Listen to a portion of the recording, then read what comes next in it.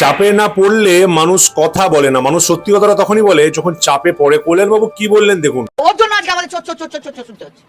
Life is under threat, যেখানে যাচ্ছে সেখানে কেউ না কেউ ইয়ে করছে। পরশুদিন এয়ারপোর্টে চোর চোর করে দৌড়ে এসে দিদি অভিষেককে নিয়ে চলো, অভিষেককে নিয়ে চলো, আমাকে দরকার নেই।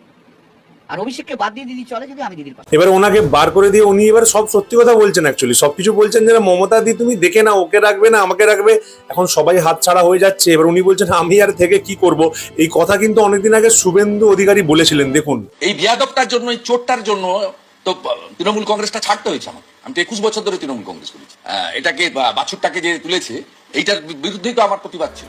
এবার বিজেপির অনেক নেতাদের হয়তো দল বদলু অনেক কিছু বলে, অনেক আগেই বুঝে গেছিল গল্পটা, তাই জন্য পাল্টে গেছে, পাল্টে চলে গেছে। আজকে তিনি মুখ্যমন্ত্রী।